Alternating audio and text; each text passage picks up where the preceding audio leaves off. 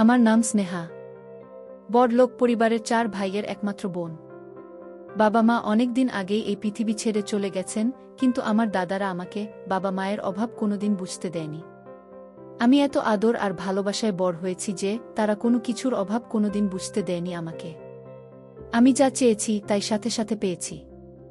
আমার বড় দাদা গ্রামের নাম করা মানুষ ছিলেন, আর ছোট 2 দাদা বিদেশে পড়তে গিয়েছিল, কিন্তু আমার পড়াশোনা করতে ইচ্ছে হতো না। আরেক ভাই গ্রামে ডাক্তারি করত। আজকাল দেখি ছেলে হোক বা মেয়ে সবারই মোবাইল আছে, তাই আমি আমার দাদার কাছে একটা স্মার্টফোন চাইলাম। আমার বড় দাদার সাথে সাথে আমাকে একটা নতুন স্মার্টফোন কিনে দিলেন। এটা পেয়ে আমি অনেক খুশি। আমি অনেক সুন্দরী, তাই নিজের ছবি তুলে ফেসবুকে পোস্ট করতাম। আর অনেক লোকে আমার ছবিতে লাইক এবং কমেন্ট করত। লোকজন আমাকে অনেক পছন্দ করতে শুরু করেছে। একদিন আমি সোশ্যাল মিডিয়ায় অভিষেক নামে একটি ছেলের সাথে কথা বলি।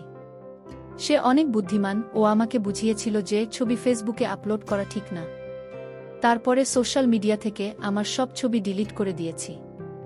আস্তে আস্তে অভিষেকের সাথে আমার বন্ধুত্ব বাড়তে থাকে, এবং আমাদের বন্ধুত্ব কখন ভালোবাসায় পরিণত হয় বুঝতেই পারিনি। তার সাথে প্রতিদিন ফোনে কথা বলতাম, আর ঘন্টার পর ঘন্টা গল্প করতাম। আমি গ্রামের মেয়ে আর অভিষেক শহরের ছেলে, আমরা দুজনেই একে অপরের ভালোবাসায় পড়েছি। একদিন আমি জানতে পারলাম আমার দাদা গ্রামের উকিলের সাথে আমার বিয়ে ঠিক করেছেন, কিন্তু আমি অভিষেককে ভালোবাসি, তাই অন্য কাউকে বিয়ে করব কিভাবে? আমি আমার বৌদিকে অভিষেকের কথা বললাম। যখন বৌদি দাদাকে বলল অভিষেককে আমি ভালোবাসি, তখন দাদা আমার হাত থেকে মোবাইলটা নিয়ে নিল, আমাকে বলে ওই ছেলের সাথে কথা বলবি না, ফেসবুক দেখে কারো সাথে ভালোবাসা করা ঠিক না, এই ধরনের মানুষরা সব সময় খারাপ হয়, যারা মেয়েদেরকে ভালোবাসার জালে ফেলে প্রতারণা করে। কিন্তু অভিষেক এরকম না। আমি দাদাকে বোঝানোর অনেক চেষ্টা করেছি, কিন্তু দাদা আমার কোনো কথা শোনেননি।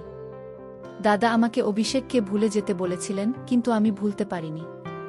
একথা আমি অভিষেককে বললে অভিষেক আমাকে বাড়ি থেকে পালিয়ে যেতে বলে। আমি দাদাকে অনেক বোঝানোর চেষ্টা করেছি, কিন্তু দাদা বোঝেননি, তাই একদিন রাতের অন্ধকারে বাড়ি থেকে পালিয়ে অভিষেকের দেওয়া ঠিকানায় পৌঁছাই। অভিষেকের সাথে দেখা হওয়াতে আমি অনেক খুশি, কারণ অভিষেককে প্রথমবার দেখেছি। আমাকে দেখে অভিষেকও অনেক খুশি। অভিষেকের পরিবারে কেউ নেই, ও একটা ভাড়া বাড়িতে থাকে।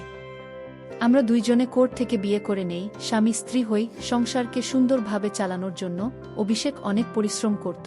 আমি অভিষেকের সাথে অনেক খুশি। আমি বাড়ি থেকে পালিয়ে এসেছি, তাই হয়তো আমার দাদারা আমাকে খুঁজে বের করার চেষ্টা করেছে, কিন্তু তাতে আমার কিছু যায় আসে না। আমি আমার স্বামীকে নিয়েই খুশি। অভিষেক ও আমার অনেক যত্ন নিত। আমি আমার জীবনে এই সিদ্ধান্ত নেওয়ার জন্য কখনো দুঃখ করিনি, কিন্তু একদিন আমার সাথে এমন ঘটনা ঘটল যা আমি কখনো কল্পনাও করিনি।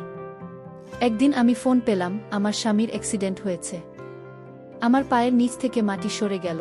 দৌড়াতে দৌড়াতে হাসপাতালে গিয়ে দেখি আমার স্বামী জীবনের শেষ পর্যায়ে এসে পড়েছে। মানে আমার সারা জীবন নষ্ট হয়ে গেছে। যার জন্য আমি গ্রাম থেকে শহরে এসেছি। আজ সে আমাকে একা রেখে চলে গেছে। কাঁদতে কাঁদতে আমি জ্ঞান হারিয়ে ফেলেছি। সেই অবস্থাতেই স্বামীর শেষকৃত্য করেছি, কারণ এই শহরে আমার স্বামীর নিজের কেউ নেই। আর আমারও স্বামী ছাড়া কেউ নেই, কিন্তু সেও আমাকে ছেড়ে চলে গিয়েছে। এখন আমি সম্পূর্ণ একা। আমি কখনো ভাবিনি আমার সাথে এমন হতে পারে। আমি তেমন একটা শিক্ষিত না, এবং আমার যা কিছু আইডি ছিল সব দাদাদের বাড়িতে। আর আইডি না থাকায় আমি কোনো কাজও পাচ্ছি না। বিয়ের মাত্র 2 মাস পরে অভিষেক এই পৃথিবী থেকে চলে যাওয়ার পরে আমি দাদাদের সাথে যোগাযোগ করার চেষ্টা করলে তারা আমাকে অস্বীকার করে, বলে তুই আমাদের জন্য মরে গেছিস, তুই আর এ বাড়িতে পা দিবি না। আমরা সারা গ্রামে বলে দিয়েছি তুই এই পৃথিবী ছেড়ে চলে গেছিস, আর একটা মৃত্যু মানুষকে এনে গ্রামের সবাইকে দেখিয়েছি। আমি জানতাম যে দাদাদের কাছ থেকে আমি এই রকমই উত্তরই পাব, কিন্তু আমি এখন কিভাবে বাঁচব? আমার মাথায় তো সমস্যার পাহাড় নেমে এসেছে। অভিষেক এই পৃথিবী থেকে চলে গেছে 1 মাস হয়ে গেছে। কয়েকদিন আশেপাশের লোকজন আমাকে সাহায্য করে, কিন্তু কতদিন এভাবে কেউ সাহায্য করতে পারে? আমি ঘরের কিছু জিনিসপত্র বিক্রি করে কোনোরকম খেয়ে পরে বাঁচতে থাকলাম। কিন্তু ঘর ভাড়া না দেওয়ায় একদিন বাড়িওয়ালা আমাকে বাড়ি থেকে বের করে দিলেন। এখন এমন খারাপ দিন এলো যে আমি রাস্তায় ভিক্ষা করতে বাধ্য হলাম। যখন কেউ খাবার দিত তখনই খেতাম, না হলে না খেয়ে ঘুরে বেড়াতাম। আমার থাকার জায়গা ছিল না, তাই রাস্তায় দিনরাত পড়ে থাকতাম। একদিন ক্ষুধার কষ্ট সহ্য করতে না পেরে একজন লোক ভিক্ষা দিতে এলে আমি তার পা ধরে বলতে থাকলাম, স্যার, আমি 2 দিন কিছু খাইনি, আমাকে কিছু খেতে দিন। দয়া করে আমাকে কিছু খেতে দিন, না হলে আমি এই পৃথিবী ছেড়ে চলে যাব। তিনি আমাকে বললেন, তুমি কি আমার বাড়িতে যেতে পারবে? একথা শুনে আমি অবাক হয়ে গেলাম। তিনি বলতে থাকলেন, আমার বউ এই পৃথিবী ছেড়ে চলে গেছেন, আমার একটি ছেলে আছে। বয়স 4 বছর। আমি চাই তুমি আমার ছেলের দেখাশোনা করো। যদি তুমি তার দেখাশোনা ঠিকমতো করতে পারো, তাহলে আমি তোমাকে থাকা, খাওয়া সব দেব এবং তুমিও বেঁচে যাবে। যাই হোক, আমার জীবন অনেক কষ্টে চলছিল, আমার থাকার কোনো জায়গাও নেই। বাড়িওয়ালাও বাড়ি থেকে বের করে দিয়েছিলেন, এখন কেউ খাবার দিলে খাই, না দিলে না খেয়ে থাকি। তাই আমি সাথে সাথে রাজি হয়ে লোকটির সাথে তার বাড়িতে গেলাম। বাড়িটা অনেক বড় এবং সে অনেক বড় লোক। ওই বাড়িতে উনি ছাড়া একটা ছোট বাবু ছিল যার বয়স মাত্র 4 বছর। উনি আমাকে খাবার খেতে দিলেন আর বললেন, তুমি মন ভরে খাও। প্রথমে তো আমি মন ভরে খাবার খেলাম। খাবার খাওয়ার পরে তিনি আমাকে বললেন, তুমি এই বাড়িতে আরামে থাকতে পারো, এখানে তোমার কোনো সমস্যা হবে না, এই বাড়িতে শুধু আমি আর আমার ছেলেই থাকি। এইবার তুমি বলো তুমি কে? আমি বললাম, আমার নাম স্নেহা এবং আমি অনেক ধনী পরিবারের মেয়ে ছিলাম। আমি আমার 4 ভাইয়ের একমাত্র বোন। আমি ফেসবুকে একটি ছেলের প্রেমে পড়ে গ্রাম ছেড়ে এখানে আসার পর আমাদের জীবন সুখেই চলছিল। তারপরে একদিন আমার স্বামী দুর্ঘটনায় এই পৃথিবী ছেড়ে চলে গেলেন। আমার উপরে আকাশ ভেঙে পড়ে এবং আমাকে রাস্তার ধারে ভিক্ষা করতে বাধ্য হতে হয়।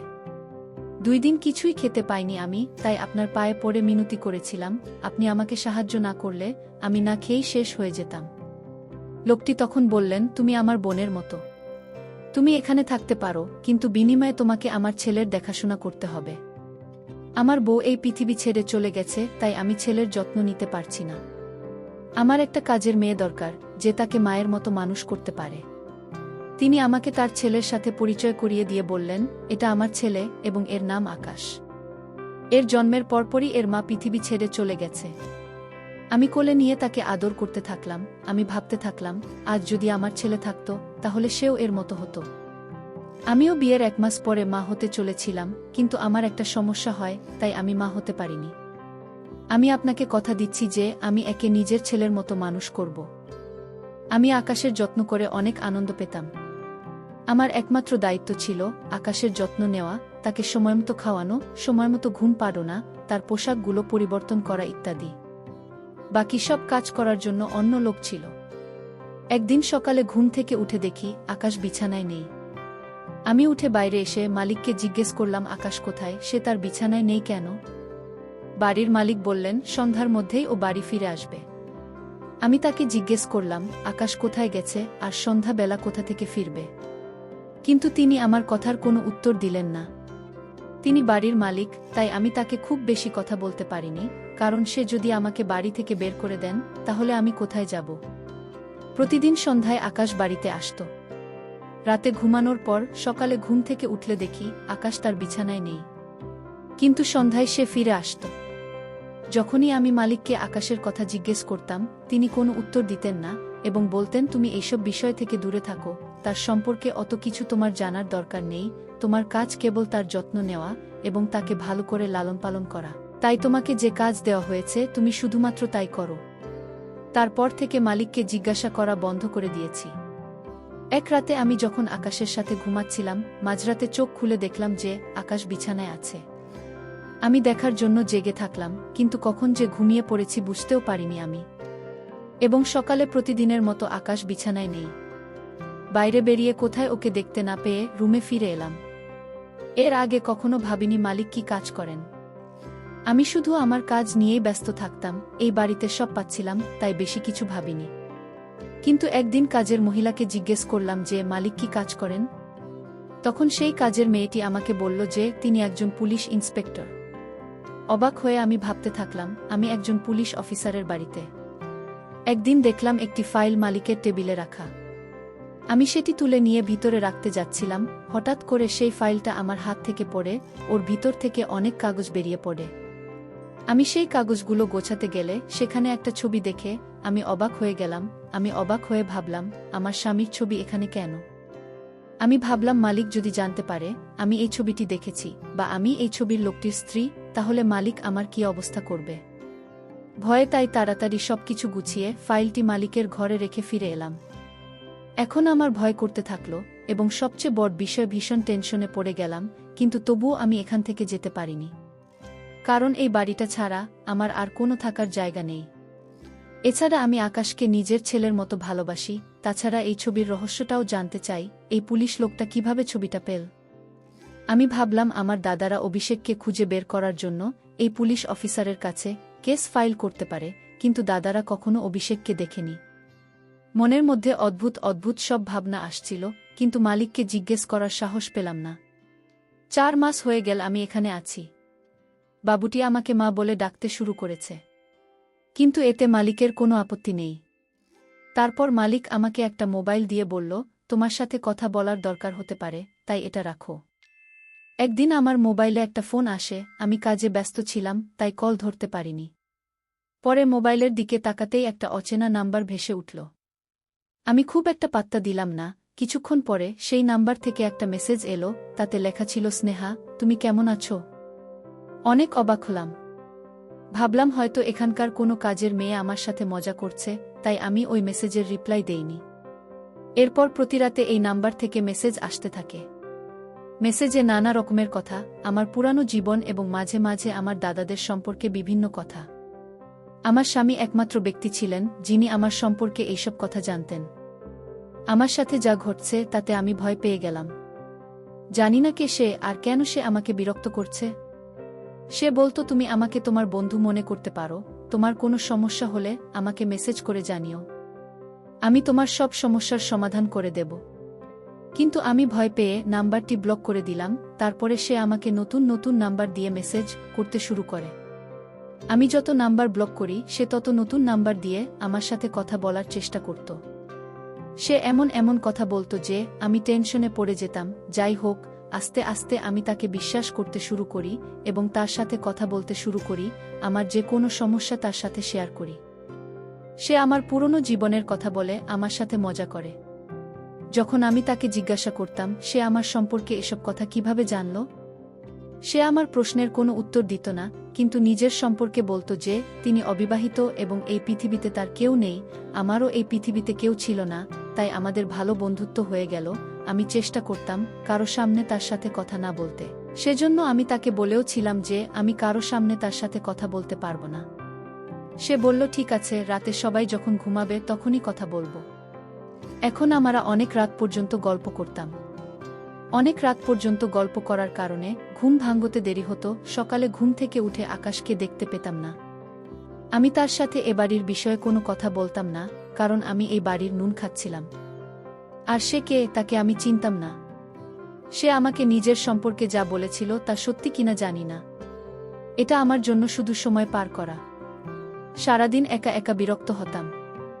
আকাশও সন্ধ্যায় বাড়ি ফিরত, আর কাজের মেয়েরা ঘরের সব কাজ করত, তাই ওর সাথে কথা বলে সময় পার করতাম। 2-3 দিন ধরে ও আমাকে বলতো আমার সাথে দেখা করতে চায়, কিন্তু আমি তার সাথে দেখা করতে রাজি হতাম না। তাই সে বলতো সে আমার সাথে দেখা করতে আমি যেখানে থাকি সেখানে আসবে। একদিন সন্ধেবেলা আকাশ বাড়িতে আসার পর মালিক আমাকে সন্ধ্যার খাবারের ব্যবস্থা করতে বললেন, কারণ আমার বেস্ট ফ্রেন্ড অনেক দিন পর আমার বাড়িতে আসছে। তাই আমি চাই তুমি নিজের হাতে তার জন্য ভালো ভালো খাবার তৈরি করো। আমি মালিককে বললাম, ঠিক আছে। আমি অনেক খাবার তৈরি করে রাখলাম। ও কয়েক ঘন্টা পরে শুনতে পেলাম বাইরে কেউ কথা বলছে। তাই চা জলখাবার নিয়ে নিচে এলে নিচে হলরুমে বসে থাকা লোকটাকে দেখে আমার পায়ের নিচ থেকে মাটি সরে গেল। আমি অবাক হয়ে বোঝার চেষ্টা করছি, কিন্তু বুঝতে পারছি না। কিছুক্ষণ পরে আমি জ্ঞান হারিয়ে ফেলি। যখন আমার জ্ঞান ফিরল তখন আমি আমার বিছানায় শুয়ে মালিক এবং সেই লোকটি আমার বিছানার কাছে দাঁড়িয়ে। লোকটি আর কেউ নয়, আমার স্বামী অভিষেক, যার শেষকৃত্য আমি নিজে দাঁড়িয়ে থেকে দেখেছি। আমি অবাক হয়ে অভিষেকের দিকে তাকিয়ে আছি। আমি বিশ্বাস করতে পারছি না যে সে আমার সামনে জীবিত দাঁড়িয়ে আছে। অভিষেকও আমার দিকে এমন করে তাকিয়েছিল এবং তার চোখে পানি দেখতে পাচ্ছি। অভিষেক আমাকে বলল, স্নেহা, বিশ্বাস কর, আমি তোমার অভিষেক, যে তোমাকে অনেক ভালোবাসে। দেখ, আমি বেঁচে আছি। এই বলে সে আমার কাছে বসল। আমারও চোখে পানি। আমি তাকে ছুঁয়ে দেখলাম। তারপরে নিশ্চিত হলাম যে সে সত্যিই জীবিত এবং আমার সামনে বসে আছে। আমি তাকে ধরে অনেক কাঁদতে থাকলাম। সেও আমাকে ধরে অনেক কাঁদছিল। তার চলে যাওয়ার পর আমার সাথে যা যা ঘটেছিল তার সবই মনে পড়তে থাকল। আমি অভিষেককে জিজ্ঞেস করলাম, তুমি যদি বেঁচেই ছিলে তাহলে কে সে ব্যক্তি যার শেষকৃত্য আমার চোখের সামনে হয়েছিল এবং যার মৃতদেহ আমি দেখেছি, সে কে? আমি অভিষেককে আরও বললাম, তুমি জানো যে তুমি ছাড়া এই পৃথিবীতে আমার কেউ নেই, তাহলে এতদিন আমার থেকে দূরে ছিলে কেন? আমি বলছিলাম আর কাঁদছিলাম। তখন অভিষেক বলল, এটা অনেক বড় বিষয়, অনেক রহস্য আছে যা শুনলে তুমি অবাক হয়ে যাবে। আজ আমি তোমাকে একে একে সব রহস্য বলতে চাই। তুমি যে রং নম্বরে কথা বলতে, সেটা আর কেউ নয় আমি। আমি তোমাকে বলেছিলাম যে আমি তোমার সাথে তোমার বাড়িতে দেখা করব। দেখো আমি এখানে এসেছি। তখন আমার খেয়াল হলো যে ছেলেটা আমার সাথে কথা বলতো সে আমার সম্পর্কে এসব কথা জানত কিভাবে, যা আমি আর আমার স্বামী ছাড়া কেউ জানত না। কিন্তু অভিষেক যে বেঁচে থাকতে পারে সেটা কখনোই ভাবিনি। অভিষেককে বললাম, তুমি বেঁচে থাকলে এতদিন কোথায় ছিলে? আমি সব কিছু জানতে চাই। অভিষেক বলল, আমি তোমাকে সব কথা বলবো। তুমি যখন বাড়ি ছেড়ে এখানে এলে আর আমাদের বিয়ে হলো, কয়েকদিন পরে তোমার দাদারাও এখানে এসে আমাদের সম্পর্কে সব তথ্য নিয়ে যায়। যদিও তারা গ্রামের সকলের কাছে বলেছিল যে তুমি অ্যাক্সিডেন্ট করে এই পৃথিবী ছেড়ে চলে গেছ। এমনকি তারা একটা মৃত্যু মানুষকে নিয়ে সকলের কাছে প্রমাণ করে যে তুমি সত্যি এই পৃথিবী ছেড়ে চলে গেছ। কারণ গ্রামবাসীরা যদি জানত যে মোডলের বোন বাড়ি থেকে পালিয়ে গেছে, তাহলে তাদের সব শেষ হয়ে যেত। আর আপমানের ভয়ে তোমার দাদারা গ্রামে মিথ্যা কথা বলে প্রমাণ করেছে যে তুমি এই পৃথিবী ছেড়ে চলে গেছ। কিন্তু তারা আমাকে শত্রু করে নেয়, যেহেতু তাদের বোনকে আমি বিয়ে করেছি। তোমার দাদারা আমাকে সর্বত্র খুঁজছে। একদিন তোমার দাদারা আমার মোবাইল নম্বর জানতে পেরে আমাকে ফোন করে অনেক কথা বলে এবং বলে যে আমার সাথে সাথে তারা তোমাকেও শেষ করে ফেলবে। একদিন রাস্তা পার হওয়ার সময় একটা গাড়ি জোরে ছুটে আসছিল, আমি তো কোনো রকমে প্রাণে বাঁচলাম, কিন্তু অন্য এক পথচারী দুর্ঘটনায় পড়ে প্রাণ হারান। তারপরে আমি ওখান থেকে পালিয়ে আসি। তোমার ভাই ইচ্ছা করে আমাকে মারতে চেয়েছিল, তারপরেও তোমার দাদারা ফোন করে বলেছিল, এইবার তুমি বেঁচে গেছো, তাই ভেবো না যে তুমি প্রতিবার বেঁচে যাবে। তোমাকে না মারা পর্যন্ত আমরা থামব না। তোমার বাড়ির লোকেরা আমার জীবনের শত্রু হয়ে উঠেছে। আমার সাথে আরও অনেক ঘটনা ঘটেছে। প্রথমে আমি জানতাম না এগুলো তোমার দাদারা করছে, কিন্তু যখন থেকে আমার কাছে ফোন আসা শুরু হলো তখন বুঝলাম যে তোমার দাদারা আমার সাথে এসব করছে। আর যার বাড়িতে তুমি আছো সে আমার ছোটবেলার বন্ধু এবং একজন পুলিশ অফিসার। আমি তার কাছে সাহায্য চাই এবং সে আমাকে সাহায্য করতে রাজি হয়। 1 মাস ধরে আমি জীবন বাঁচানোর জন্য বিভিন্ন জায়গায় দৌড়াতে থাকি। এরপরে তোমার জন্য চিন্তা হতে শুরু করে। জানতাম যে আমার বন্ধু তার বাড়িতে একা থাকে, তাই আমি তাকে বলেছিলাম যে তোমাকে কোনোভাবে তার বাড়িতে নিয়ে আসতে এবং ওকে তোমার বাড়িতে থাকতে দিতে, যাতে তুমি বিপদে না পড়ো। আমার এই বন্ধুটি যদি তোমাকে বলতো যে তুমি আমার বাড়িতে এসো, তুমি এত সহজে তার বাড়িতে যেতে রাজি হবে না, তাই সে ভাবল তার ছেলে আকাশকে বধ করার দায়িত্ব তোমাকে দিলে তুমি রাজি হবে এবং সহজেই তার বাড়িতে থাকতে যাবে। এখন আমার সব সমস্যা শেষ হয়ে গেছে। আমার বন্ধু তোমার ভাইদের গ্রেফতার করেছে। আমি তোমার সামনে দীর্ঘদিন আসতে পারিনি, কারণ আমার বন্ধু আমাকে জেলের একটি কক্ষে বন্দি করে রেখেছিল, কারণ আমি যদি বাইরে থাকতাম তবে তোমার দাদারা কোনো না কোনোভাবে আমার খুঁজে পেয়ে যেত এবং আমাকে শেষ করে ফেলত। আমার বন্ধু জেলে আমার অনেক খেয়াল রাখত। যতক্ষণ না আমার বন্ধু তোমার দাদাদের ধরতে পেয়েছে, ততক্ষণ সে আমাকে জেল থেকে বের হতে দেয়নি, কারণ আমার জন্য জেলই একমাত্র জায়গা যেখানে আমি সম্পূর্ণ নিরাপদ। আমি অভিষেককে বললাম, আমার একটা প্রশ্ন আছে যেটা মনের মধ্যে ঘুরপাক খাচ্ছে, আকাশ ভোরবেলা কোথায় যায়? তখন অভিষেকর বন্ধু বলতে থাকলো, আমার স্ত্রী নেই এবং আমার ছেলের একজন মা দরকার। তোমার আসার 1 সপ্তাহ আগেই আমার স্ত্রী এই পৃথিবী থেকে চলে গিয়েছিল। আকাশ অনেক কান্নাকাটি করত। তাই আমি তোমাকে এখানে নিয়ে আসি। আমি টেনশনে ছিলাম যে আমার ছেলে তোমাকে তার মা মনে করবে কিনা, কিন্তু তুমি তার মায়ের জায়গা অনেক সহজেই নিয়ে নিয়েছ। আর আমার ছেলে সকালে বোর্ডিং স্কুলে যায় এবং সন্ধ্যায় ফিরে আসে। আমার স্ত্রী অসুস্থ ছিল, সেজন্য আমি ওকে বোর্ডিং স্কুলে দিয়েছিলাম তার মনোযোগ অন্য দিকে সরিয়ে দিতে এবং রাতে তাকে বাড়িতে নিয়ে আসতাম। তুমি আমার ছেলের অনেক যত্ন নিতে। আমি তোমার কাছে লিনি। অভিষেক তার বন্ধুকে বলল, তুমিও আমাদের অনেক সাপোর্ট করেছ। তোমার কারণেই আজ আমরা স্বামী স্ত্রী একে অপরের সাথে দেখা করতে পেরেছি। এখন আমরা দুইজনেই আমাদের জীবনে অনেক খুশি। আমার স্বামী চাকরি পেয়েছে এবং আমরা একই বাড়িতে থাকি। আবার অভিষেককে কাছে পেয়ে আমি অনেক খুশি। আমার জীবনের সব সমস্যা পার হয়ে গিয়েছে। ধন্যবাদ সবাইকে গল্পটা শোনার জন্য।